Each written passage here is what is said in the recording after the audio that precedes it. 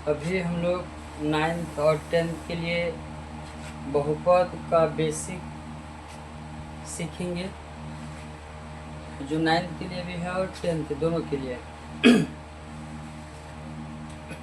देखते हैं।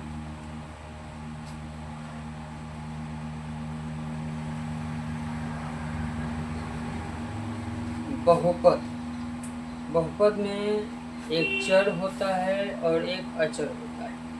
चर और अचर ये दोनों को पहले देखते हैं।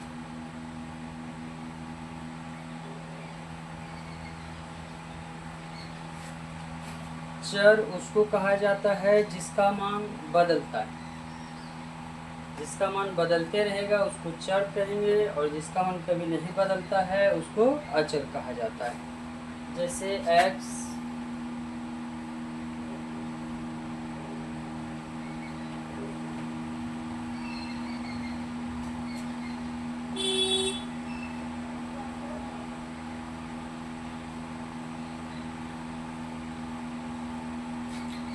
x y z ये जो है ये सब चर हो जाएगा। इसका मान कभी x का मान 5 निकलेगा, कभी x का मान 10 निकलता है, y का मान कभी जब 10 निकलता है, कभी 20 निकलता है। तो x y z का मान बदलते रहता है। जबकि अचर जो है अचर का मान कभी नहीं बदलता है। जिसका मान नहीं बदलता है उसको अचर कहते हैं, और जिसका मान बदलते रहता है उसको चर कहा जाता है। और चर और अचर, चर अचर दोनों अगर मिल जाए, चर और अचर दोनों मिल जाए तो उसको व्यंजक कहा जाता है। चर अचर दोनों को ले लें। जैसे 2 अचर ले लिए, x चर ले लिए, फिर इधर अचर 2x + 5।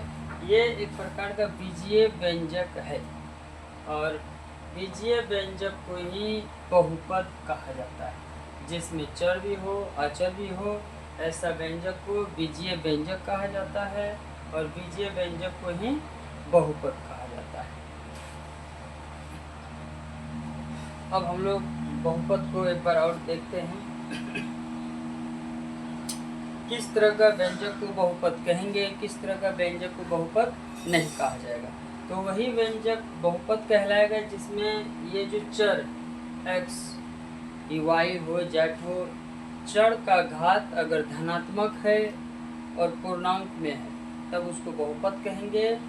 अगर चर का घात ऋणात्मक है मतलब माइनस में है तब फिर उसको बहुपद नहीं कहते। चर का घात हमेशा धनात्मक में होना चाहिए, पूर्णांक में होना चाहिए, तब वैसा व्यंजक को बहुपद कहेंगे। अगर चर का घात ऋणात्मक में रहेगा तो ऐसा व्यंजक को बहुपद नहीं कहा जाता है।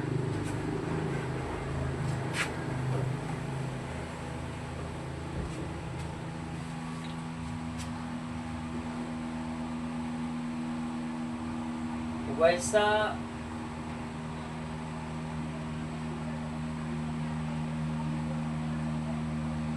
बीजीय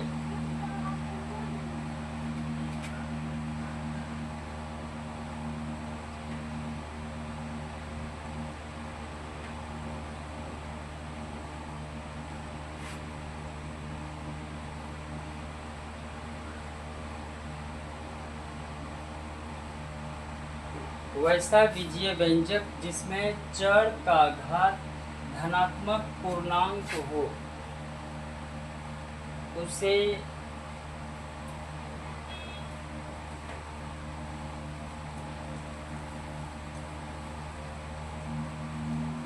बहुपद कहते हैं।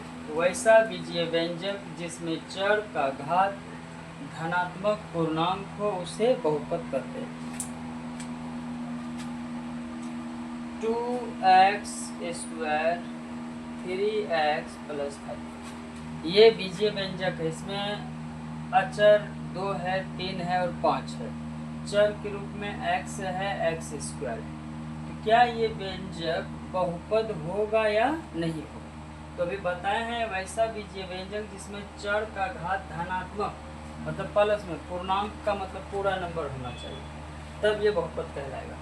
तो यहाँ पे चर का जो घात है, चर का घात यहाँ पर 2 है और यहाँ पर चर का घात 1 है।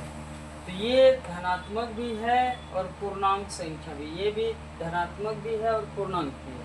इसका मतलब ये बीजीय व्यंजक बहुपद है।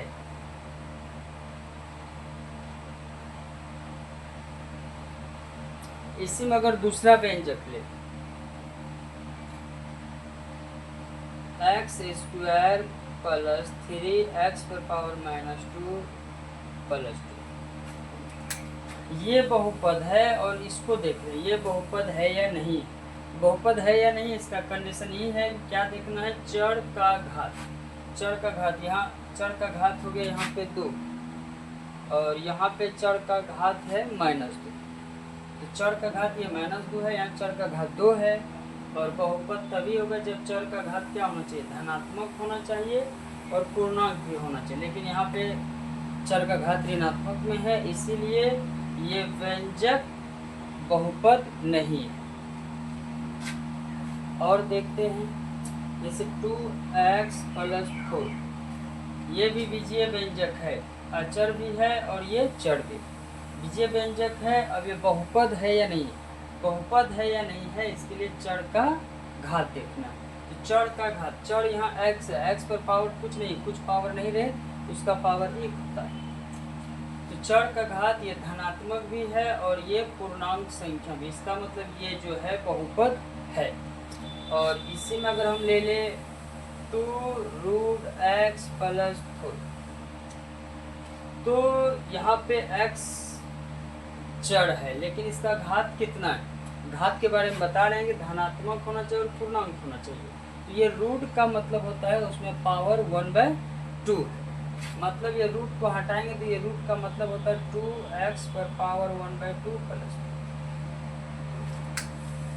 तो यहाँ पे चर का घात x का घात जो है 1/2 आ गया, ये धनात्मक तो है पर पूर्णांक नहीं, इसीलिए ये जो है बहुपद नहीं।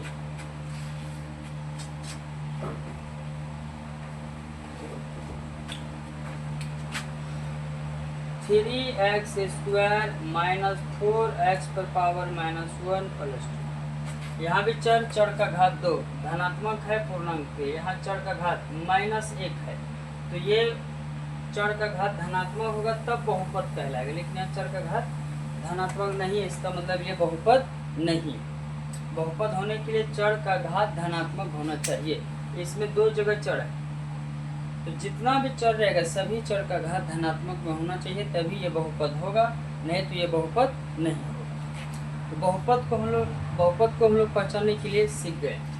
और देखते हैं कभी कभी ऐसा रहेगा बहुपद व्यंजक पता नहीं चलेगी चर का जो घात है धनात्मक है या ऋणात्मक है।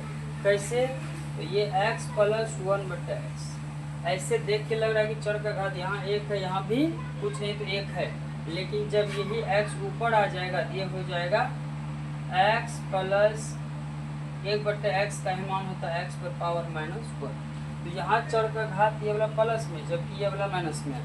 एक प्लस में आ गया, एक माइनस में आ गया। एक भी चर अगर माइनस में आ गया ये बहुपद नहीं होगा। बहुपद होने के लिए घात को धनात्मक होना चाहिए और पूर्णांक होना चाहिए। तो हम लोग बहुपद को पहचानने के लिए सीख गए हैं कौन बहुपद है और कौन बहुपद नहीं।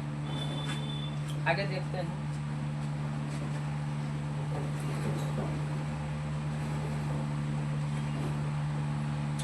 इसको लिख लेना है।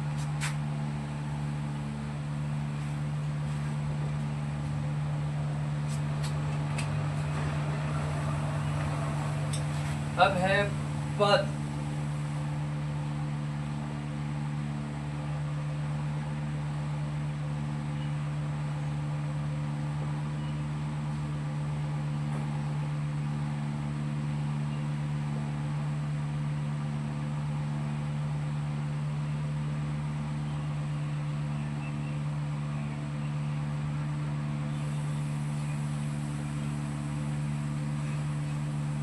पदों के आधार पर बहुपद के प्रकार, या इसको और बढ़िया से लिख सकते हैं पदों की संख्या।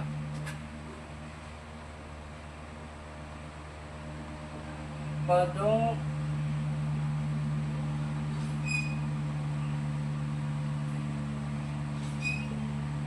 पदों की संख्या के आधार पर बहुपद के प्रकार। जो बहुपद है उस बहुपद में कितना पद है। जैसे इधर हम लिख दिए x+2, चर का घात धनात्मक है और पूर्णांक है। ये बहुपद तो है, लेकिन इस बहुपद में पद कै गो है, ये पद। तो यहाँ पर एक पद हो गया x, दूसरा पद हो गया 2। तो यहाँ पे पदों की कुल संख्या है 2। इस प्रकार से पद के अनुसार बहुपद कितने प्रकार के होते हैं उसी को हम लोग समझेंगे। एक और इधर लिखते हैं 2x² 3x+2।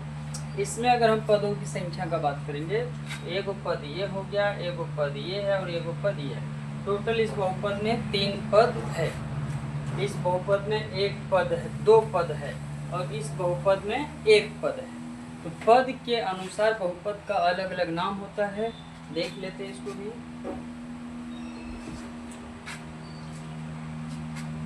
नंबर 1,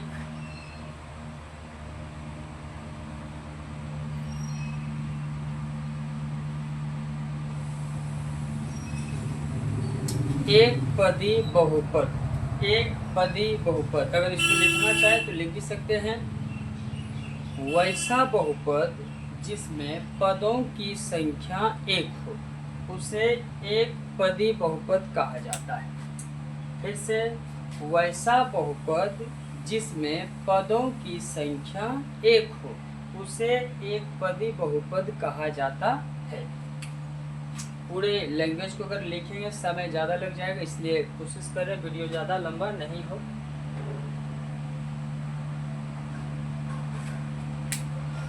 एक पदी बहुपद, वैसा बहुपद जिसमें पदों की संख्या केवल 1 हो उसे एक पदी बहुपद कहा जाता है। जैसे में लिख दिए x, केवल एक पद है x, तो ये बहुपद है, एक पदी बहुपद। लिख दिए 2x, ये भी एक पद है। इसमें ये 2 पद तभी होगा जब इसके बीच में प्लस या माइनस का चिन्ह रहेगा, नहीं तो ये एक पद होता है। x³ 3x⁴ dot dot dot इत्यादि। ये जितना भी है, अगर बीच में प्लस माइनस का चिन्ह नहीं है तो वो एक ही पद होता है और ऐसा बहुपद को एक पदी बहुपद कहा जाता है। एक पदी बहुपद समझ में आ गया होगा। अब देखते हैं द्विपद बहुपद।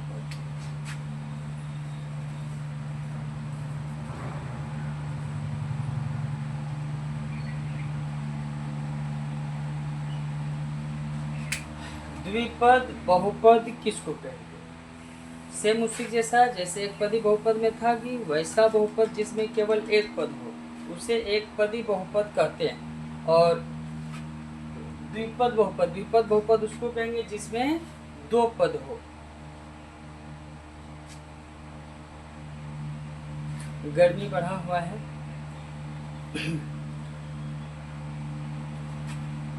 द्विपद बहुपद, वैसा बहुपद जिसमें केवल 2 पद हो उसे द्विपद बहुपद कहते हैं। फिर से, वैसा बहुपद जिसमें केवल 2 पद हो उसे द्विपद बहुपद या द्विपदी बहुपद कहा जाता है। समझ में आ गया होगा। लिख लेना है, लिखना है तो रोक रोक के वीडियो को आराम से लिख लेना सुन के। अब जैसे में इसमें क्या हो जाएगा, द्विपद बहुपद का बात है तो इसमें 2 पद होना चाहिए। जैसे ये x+2, इसमें 2 पद हो गया। इसी में अगर 2x प्लस या माइनस कुछ भी दे दे, 2x-3, इसमें भी 2 पद आ गया। इधर x³ है, x³ प्लस x², इसमें भी 2 पद आ गया। 3x⁴ है, यहाँ हम माइनस कुछ भी कर दे, माइनस या प्लस 5, ये भी 2 पद आ गया। ये सब जितना भी बहुपद दिखाई दे रहा है ये सभी द्विपद बहुपद है। द्विपद बहुपद,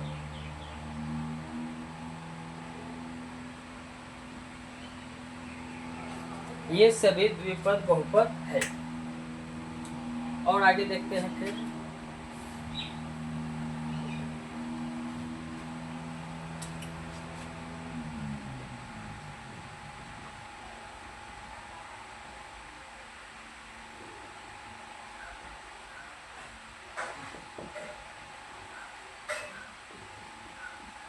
एक नंबर एक पदी बहुपद, 2 नंबर द्विपदी बहुपद, तीसरा नंबर में दिया है त्रिपदी बहुपद। त्रिपदी बहुपद किसको कहेंगे? वैसा बहुपद जिसमें 3 पद हो उसे त्रिपदी बहुपद कहा जाता है।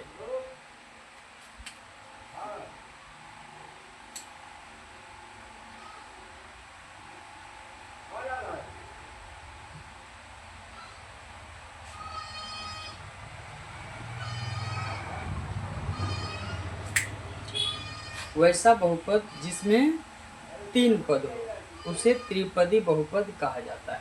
सेम है द्विपदी बहुपद में वैसा बहुपद जिसमें 2 पद हो उसे द्विपदी बहुपद कहा जाता है। त्रिपदी बहुपद में वैसा बहुपद जिसमें 3 पद हो उसे त्रिपदी बहुपद कहा जाता है। ये जैसे में हो जाएगा x² + 2x + 5। यहाँ कितना पद है? यहाँ 3 पद है। ये हो गया 1 पद, ये है 2 पद और ये हो गया 3 पद। इसमें भी 1 पद, 2 पद, 3 पद। जिसमें 3 पद होगा उसे त्रिपदी बहुपद कहा जाएगा। और इससे ज़्यादा अगर लेंगे 4 पदी बहुपद, जिसमें 4 पद हो, 4 पद होगा उसको 4 पदी बहुपद। और ज़्यादा लेंगे 5 पद लेंगे उसको 5 पदी बहुपद। इस प्रकार से पदों की संख्या के आधार पर बहुपद के प्रकार को हम लोग समझ चुके हैं। कितनों पद रहेगा गिनती करेंगे कितना है। 1 पद रहेगा तो 1 पदी बहुपद, 2 पद रहेगा द्विपदी बहुपद, 3 पद रहेगा तो त्रिपदी बहुपद, और 4 पद रहेगा 4 पदी बहुपद या चतुर्थ पदी बहुपद बोला जाएगा।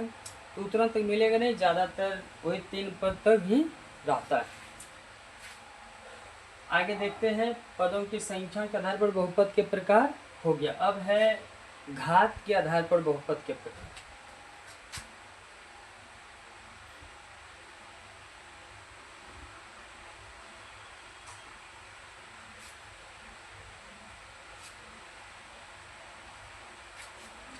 घात के आधार पर बहुपद के प्रकार लिखते जाओ, लिखते जाएगा जो और ज़्यादा समझ में आएगा। या पहले से लिखा हुआ तो उसको नहीं लिखना, नहीं लिखा हुआ तो लिख लेगा, पूरा क्लियर हो जाएगा। एक बार में अगर समझ में नहीं आएगा इस वीडियो को एक बार और देखना, एक बार और देखेगा तो फिर पूरा क्लियर हो जाएगा। और जो पहले से अगर समझा हुआ है तो वीडियो का स्पीड को 2 गुना करके 1.5 गुना करके देखना है, पूरी तरह से एक बार फिर से रिविज़न हो जाएगा। अब घात के आधार पर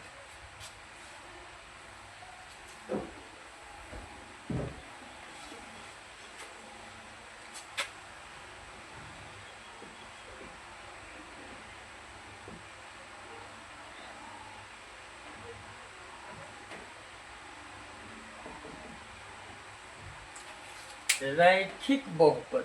रैखिक बहुपद किसको कहा जाएगा? वैसा बहुपद जिसमें चर का अधिकतम घात 1 हो उसे रैखिक बहुपद कहा जाता है। वैसा बहुपद जिसमें चर का अधिकतम घात 1 हो उसे रैखिक बहुपद कहा जाता है। अधिकतम घात का बात हो रहा है। जैसे x + 2, 2x + 3, यहाँ चर x है। x पर यहाँ ज़्यादा पावर कितना है? 1 पावर है। x पर पावर कितना है? 1 है। तो x पर पावर 1 है तो यही इसका सबसे बड़ा घात हो गया। x पर पावर 1 है तो जिस बहुपद में चर का घात 1 होगा उसी को रैखिक बहुपद कहा जाता है।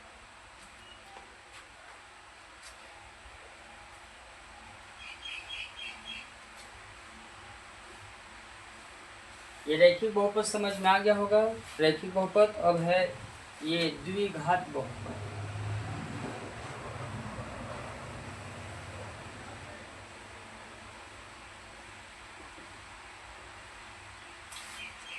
वैसा बहुपद जिसमें चर का अधिकतम घात 2 हो उसे द्विघात बहुपद कहा जाता है। अधिकतम का मतलब यहाँ क्लियर हो जाएगा अधिकतम क्यों बोला जा रहा है। जैसे एक बहुपद लिख दिए एक बहुपद लिखे 2x² 3x + 5।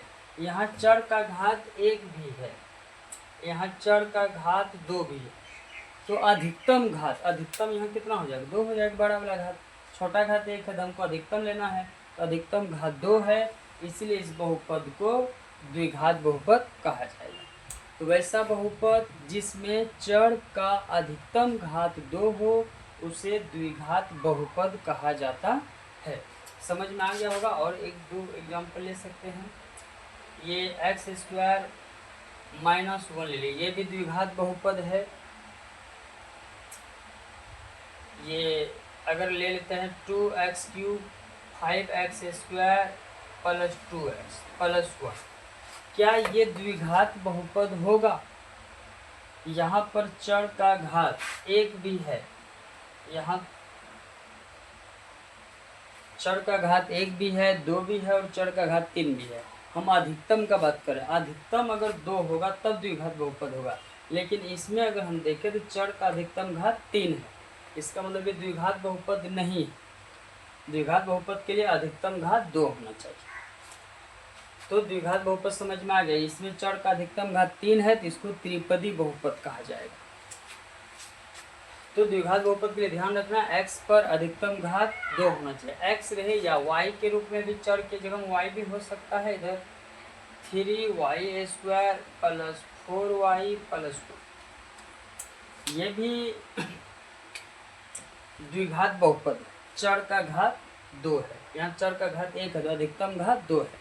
और चर की जगह में जरूरी नहीं कि हर जगह x ही मिले, कभी x मिलेगा, कभी y मिलेगा और कभी t मिलता है, कभी s मिलेगा, कुछ भी रह सकता है चर की जगह। द्विघात बहुपद देख लिया हम लोग, फिर त्रिघात बहुपद को देखते हैं।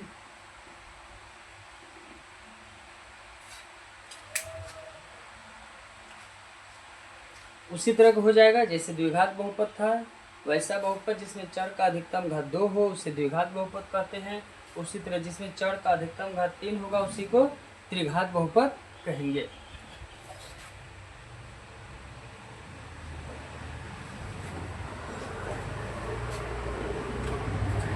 लिखेंगे नहीं, लिखेंगे तो ज़्यादा टाइम लगेगा। वैसा बहुपद जिसमें चर का अधिकतम घात 3 हो उसे त्रिघात बहुपद कहा जाता है। लिखना होगा तो आराम से वीडियो को स्लो करके लिख लेना जो हम बोल रहे हैं।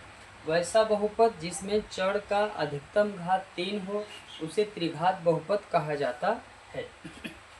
तो जैसे में क्या समझ है यहाँ पे, x³ 3x² 4x प्लस 5, यहाँ चर का घात 1 है, कुछ नहीं रहे तो चर का घात 1, चर का घात 2, चर का घात 3, अधिकतम घात, अधिकतम मतलब सबसे बड़ा घात 3 है। इसका मतलब ये जो बहुपद है ये त्रिघात बहुपद है। और कोई ज़रूरी नहीं कि सारा घात रहना भी चाहिए, 1 हो 2 हो 3 हो, ज़रूरी नहीं है। इसमें सिर्फ direct x³ plus 4x plus 1 कर देंगे, ये भी त्रिघात बहुपद का उदाहरण है। या x³ प्लस 8, ये बराबर नहीं रही, x² हो गया, x³ कर देना है, x³ प्लस 8, 2 ही पद है लेकिन घात को देखना, घात के आधार पर लिखना। घात यहाँ अधिकतम 3 है, ये त्रिघात बहुपद है। इसी तरह से इससे अगर बड़ा घात देखेंगे बहुपद में, अगर कहीं 4 आ गया तो वो क्या हो जाएगा, चतुर्थ घात बहुपद या चतुर्थ घातीय बहुपद। 5 आ जाएगा पंचघातीय बहुपद। इस तरह से घात जैसे जैसे बढ़ेगा उसका नाम बदलते जाएगा। तो फिर वही बात, जैसे पदों की संख्या के आधार पर बताए थे कि ज़्यादातर त्रिपदी बहुपद तक मिलेगा, कभी कभी चतुर्थपदी बहुपद मिल जाएगा। उसी तरह घात में रैखिक बहुपद, द्विघात बहुपद, त्रिघात बहुपद ही मिल जाता है। तो इससे ज़्यादा घात वाला बहुपद बहुत कम मिलेगा। मिलेगा भी तो 4 घात रहेगा चतुर्थ घातीय बहुपद बोलेंगे, 5 रहेगा पंचघातीय बहुपद बोला जाएगा।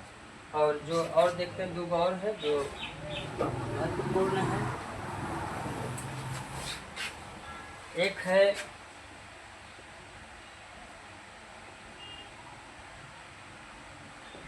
अचर बहुपद, इसको थोड़ा ध्यान देना है। अचर बहुपद उसको कहा जाता है जिसमें चर का घात 0 हो, मतलब चर हो ही नहीं, उसी को अचर बहुपद कहा जाता है। जैसे लिख दिए 5, 5 के साथ कुछ भी नहीं दिखाई दे रहा, कहीं चर नहीं दिखाई दे रहा, लेकिन यहाँ पे चर रहता है, साइड में रहता है। कैसे साइड में रहता है देखते हैं, छुपा हुआ रहता है। तो ये 5, हम 5 को ही लिख सकते हैं 5, ये लिख दिया x पर पावर 0, किसी भी नंबर पे पावर 0 देंगे उसका मान 1 हो जाता है। तो ये कितना हो जाएगा, 5 × 1 करेंगे तो 5 कहीं बराबर रहेगा। तो 5 लिखा रहे या 5x पर पावर 0 लिखा रहे, दोनों एक ही चीज़ होता है। और ऐसा बहुपद को ही अचर बहुपद कहा जाता है। ये x पर पावर 0 नहीं देखने को मिलता, 5 रहे, 2 है, 3 है, 7 है, कोई भी सिर्फ एक नंबर है तो वैसा बहुपद को अचर बहुपद कहा जाता है। और अचर बहुपद का घात का बात करें तो अचर बहुपद का शून्य घात होता है। इसी तरह एक और है,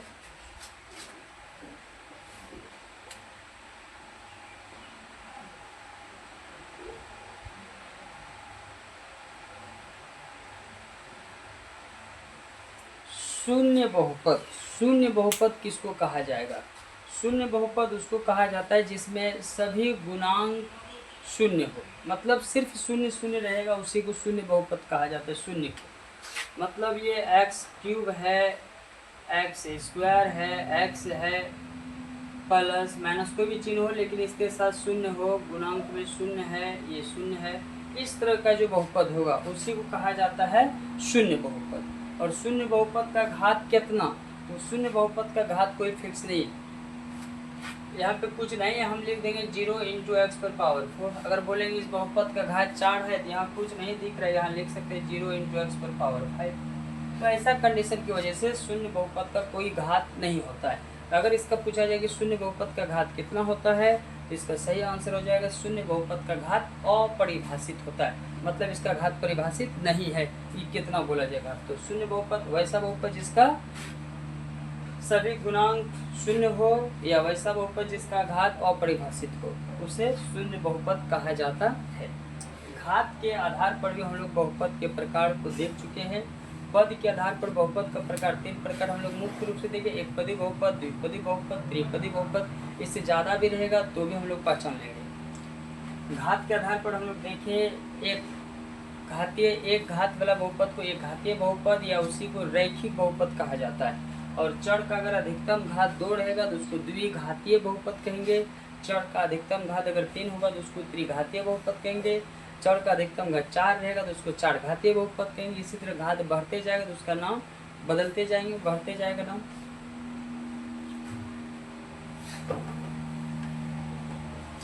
घात के आधार पर भी हम लोग बहुपद के प्रकार को देख लिए हैं। अब थोड़ा सा ये देखते हैं बहुपद का मानक रूप क्या होता है।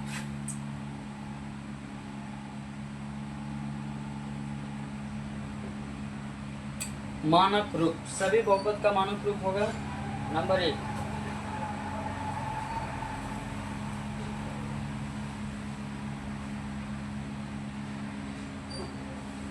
रैखिक बहुपद का मानक रूप क्या होता है। इसको मेन है, इसको याद रखना है, एग्जाम में सब रहता है। रैखिक बहुपद का मानक रूप क्या है? ये ax + b, ये रैखिक बहुपद का मानक रूप है। रैखिक बहुपद मतलब चर का घात 1 होना चाहिए अधिकतम। फिर द्विघात बहुपद,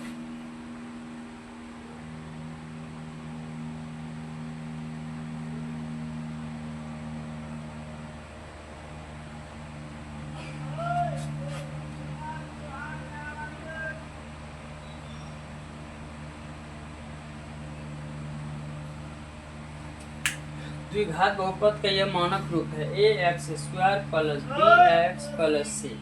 चर का घात 2, चर का घात 1, चर का घात कुछ नहीं तो 0, इसी को कहा जाता है द्विघात बहुपद का मानक रूप। यहाँ चर का घात 1, यहाँ कुछ नहीं तो 0, मतलब चर का घात जो है आरोही क्रम या अवरोही क्रम में कंटिन्यू होना चाहिए, या तो बढ़ते क्रम या घटते क्रम में। और ऐसा जो बहुपद होता है उसी को बहुपद का मानक रूप कहा जाता है। चर का घात 2, फिर 1, फिर 0, 1 है, 0 है, लगातार घट रहा है।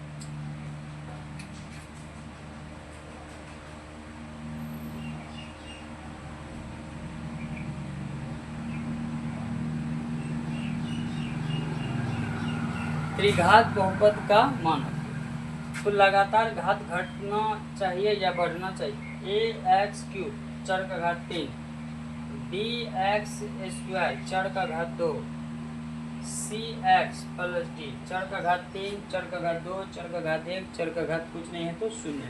ये त्रिघात बहुपद का ये मानक रूप कहलाता है। तो हम लोग सभी बहुपद का मानक रूप भी देख चुके हैं। इसके बाद है फिर हम लोग आगे देखते हैं गुणांक क्या होता है। बहुपद में गुणांक के बारे में भी क्वेश्चन सब रहता है। ये सभी बहुपद का मानक रूप है, रैखिक बहुपद, द्विघात बहुपद, त्रिघात बहुपद। इसी तरह अगर और आगे बढ़ेंगे तो चतुर्थ घात बहुपद का मानक रूप हो जाएगा a इंटू एक्स पर power 4 plus b x cube c x square d x plus e. चार घातीय बहुपद का मानक रूप हो जाएगा। लेकिन वहाँ तक नहीं देखने को मिलता है, बस त्रिघात बहुपद तक ही देखने को मिलता है।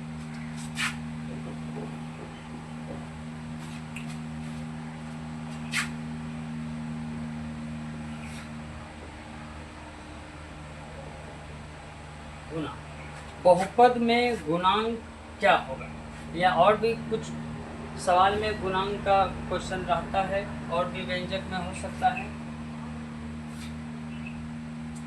जैसे इधर लिख दिया एक्स स्क्वायर 3x प्लस 5।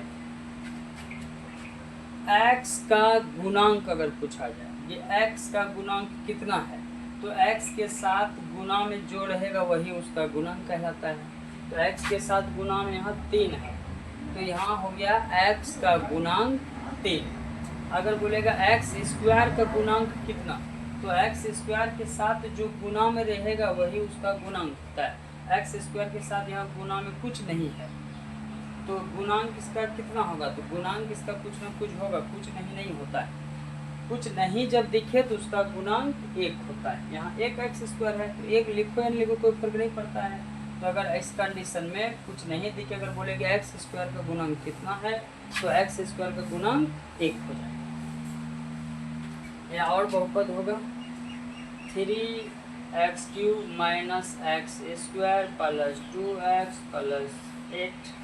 यहाँ पे अगर पूछा जाए x³ का गुणांक कितना है, तो x³ का गुणांक मतलब x³ के साथ जो गुना में, ये x³ का गुणांक हो जाएगा। एक्स स्क्वायर का गुणांक अगर पूछेंगे, कुछ नहीं दिख रहा है तो 1 होता है, लेकिन यहाँ पे माइनस लगा हुआ है, इसलिए एक्स स्क्वायर का गुणांक यहाँ -1 होगा।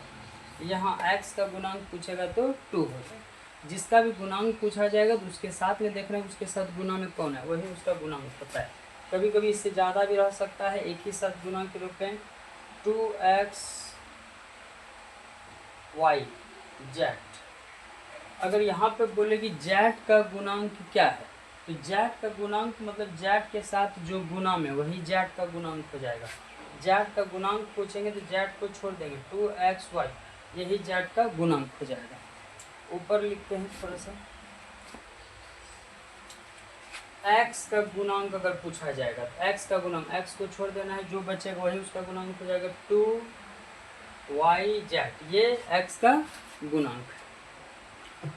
तो गुणांक भी मेरे ख्याल से समझ में आ गया है। जिसका भी गुणांक पूछेगा देखना उसके साथ में कौन है, जो उसके साथ में रहेगा वही उसका गुणांक कहलाता है।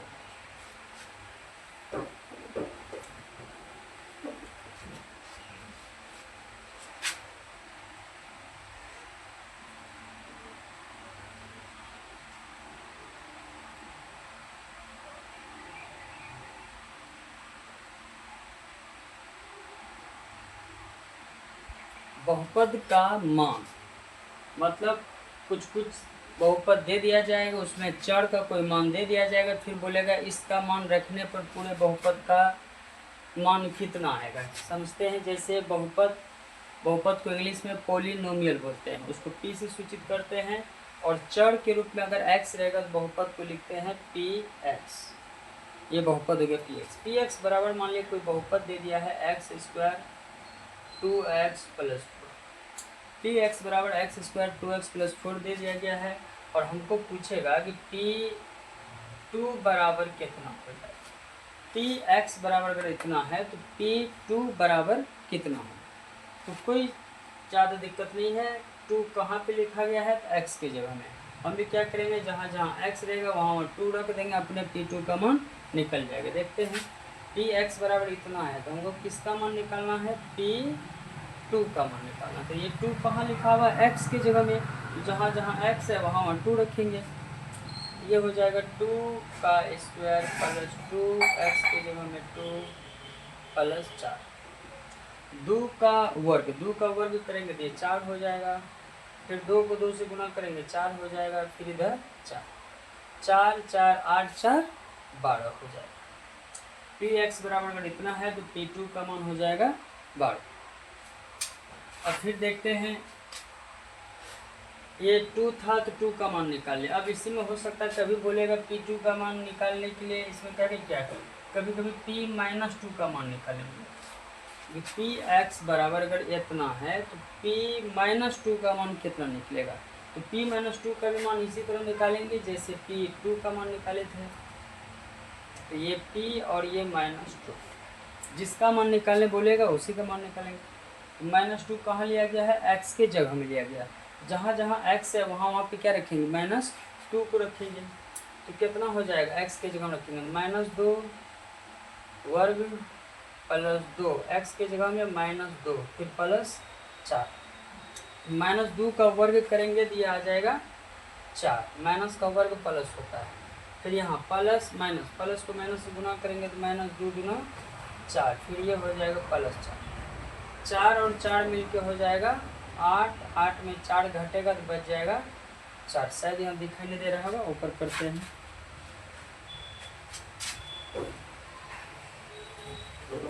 तो इस तरह से बहुपद का मान को आराम से निकाल सकते हैं।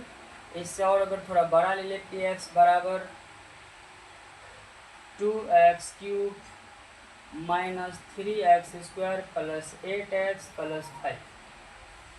पी एक्स बराबर इतना दिया हुआ है। इस कंडीशन में फिर दे देगा कि पी माइनस 3 का मान कितना होगा, पी माइनस 3 निकालना। तो पी माइनस 3 निकालने के लिए एक्स के जगह में -3 रखेंगे, अपने निकल जाएगा।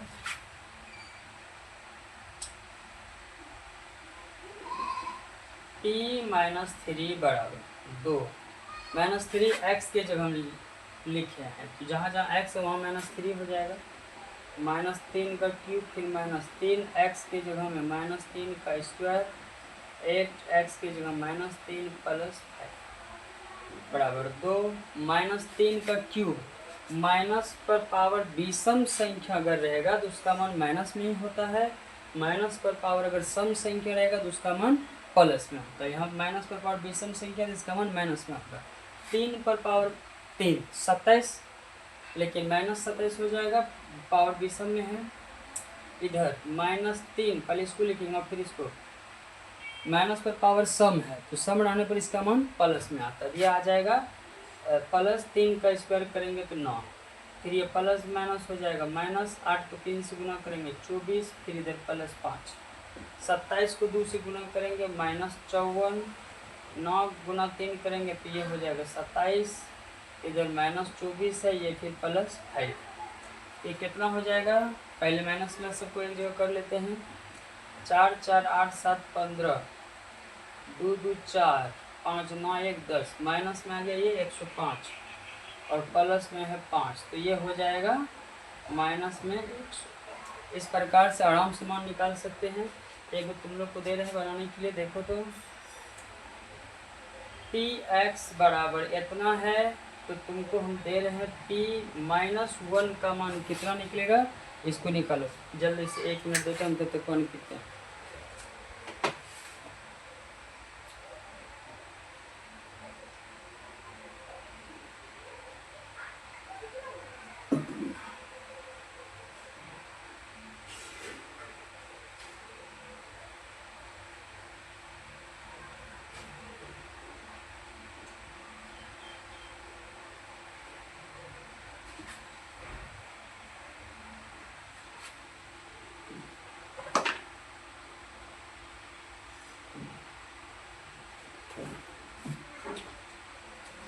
P-1 तो क्या किया, -3 था तो जहाँ जहाँ x था वहाँ वहाँ -3 लिए थे। अब यहाँ -1 है तो जहाँ जहाँ x है वहाँ वहाँ -1 लेंगे। जितना भी आया जिसका भी आया है अभी चेक करते हैं किसका सही बना किसका गलत बना है।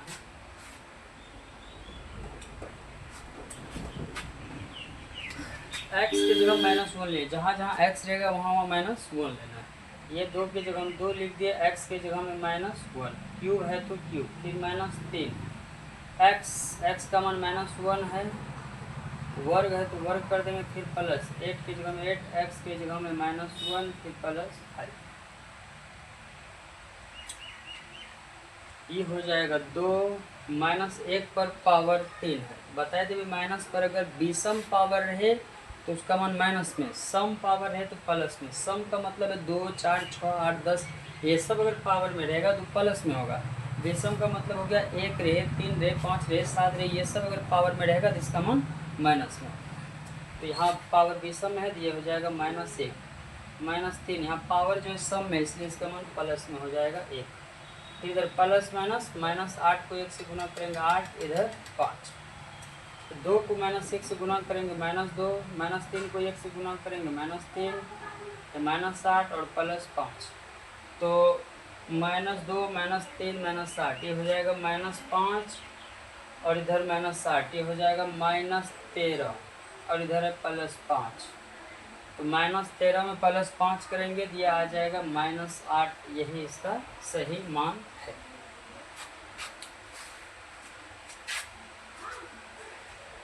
इतना हम लोग देख लिया। और मेरे ख्याल से कुछ भी रहेगा आराम से हम लोग मान निकाल सकते हैं।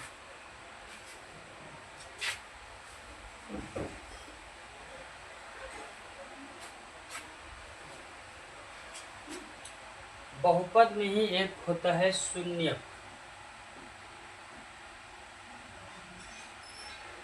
शून्यक, ये शून्यक जो है 9th में नहीं के बराबर है। 10th में मेन रूप से शून्यक के बारे में पढ़ते हैं। देखते हैं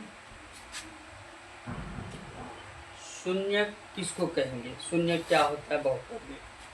जैसे एक हम बहुपद ले लिए px बराबर x² + 3x और कुछ ले लिए 5। अब हमारे पास एक संख्या है x बराबर 2। हमको चेक करना है क्या ये x बराबर 2 इस बहुपद का शून्यक है या नहीं। तो चेक करके देखते। पहले x बराबर 2 है तो x के जगह हमें 2 रखेंगे। कितना आ जाएगा 2, x के जगह हम 2 रखेंगे, 2 का वर्ग + 3x के जगह में 2, फिर 5। 2 का वर्ग करेंगे 4, और ये 3 दूना 6, और ये 5। 6 और 4 मिलके हो जाएगा 10, और 5 15। तो ये बहुपद एक दिया हुआ था, इसमें x बराबर 2 मान रखे तो P2 का जो मान निकला है वो 15 निकल गया। तो यही 15 के जगह हम अगर मान 0 आ जाता है तब ये संख्या इस बहुपद का शून्य कहलाता है। अगर बहुपद का मान ये संख्या को रखने पर 0 आएगा तब ये शून्य कहलाता है इस बहुपद का। अगर 0 नहीं आएगा तब ये शून्य नहीं कहलाता है। और दूसरा लेके चेक करते हैं।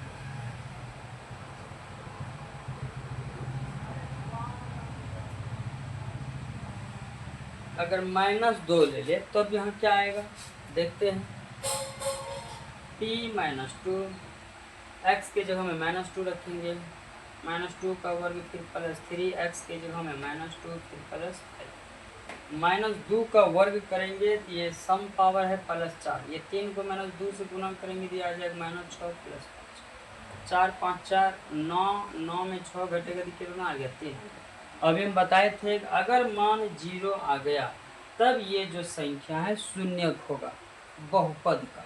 अगर ये 0 नहीं आएगा तो ये संख्या इस बहुपद का शून्यक नहीं कहलाएगा।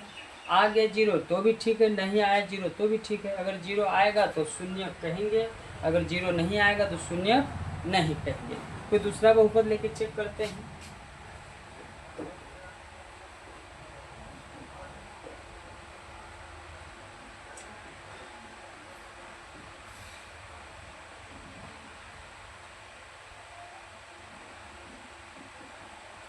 एक बहुपद ले फिर से px बराबर x² - 9x + 20। देखते हैं शून्य कोई संख्या दे देगा चेक करने के लिए।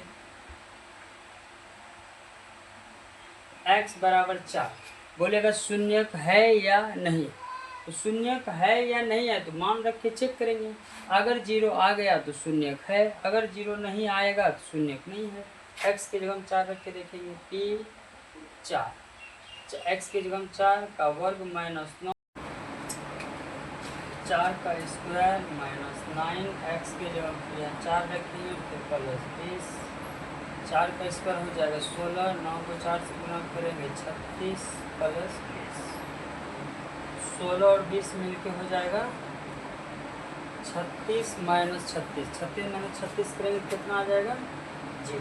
अगर ये मान 0 आ गया तो ये x का मान जो 4 है, ये 4 इस बहुपद का शून्यक होगा। अगर 0 नहीं आएगा तो शून्यक नहीं होगा, 0 आ गया तो शून्यक होगा। इससे पहले वाला जो समीकरण लिए थे उसमें भी शून्यक था, जो संख्या दिया था उस संख्या उस बहुपद का शून्यक नहीं है, लेकिन कोई न कोई संख्या शून्यक होता है। 2 घात वाला अगर बहुपद रहेगा तो उसका 2 शून्यक होता है, 4 घात वाला बहुपद रहेगा तो 4 शून्यक, 3 घात वाला बहुपद रहेगा 3 शून्यक होता है। लेकिन जो संख्या दिया हुआ है ये संख्या बहुपद का शून्यक हो भी सकता है या उस बहुपद का शून्यक नहीं भी हो सकता है। तो आज का क्लास में इतने रखते हैं। आगे जो है इतना तक जो अभी पढ़े हैं बहुपद का प्रकार सब शून्य मान निकालने के लिए, इतना 9, 10 दोनों को कंपलसरी इतना तो पढ़ना ही पड़ेगा। इसके बाद फिर इसका आगे का बात समझ में आएगा। आगे का बात जो फिर हम लोग अगला वीडियो में देखेंगे। और ये सारा बात अगर समझ में बढ़िया से आ गया है तो चैनल को आप सब्सक्राइब कर लीजिए, ताकि फिर दोबारा इससे आगे वाला वीडियो जब भी डाला जाए तो आपका मोबाइल में आ जाए आराम से। आप फिर आगे इसको देख के आराम से आप समझ जाइएगा। तो आज इतने तक रखते हैं। ठीक है, थैंक यू।